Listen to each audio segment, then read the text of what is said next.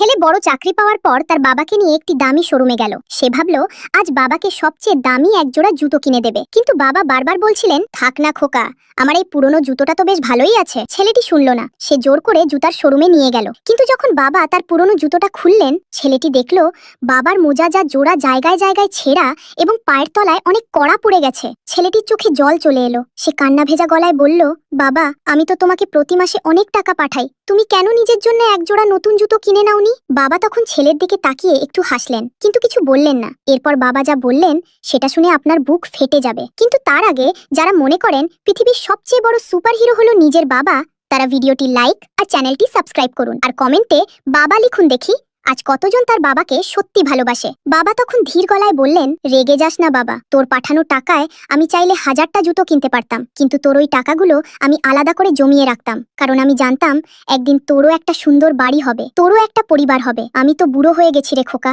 আমার ছেঁড়া জুতোর চেয়ে তোর ভবিষ্যৎ অনেক বেশি দামি।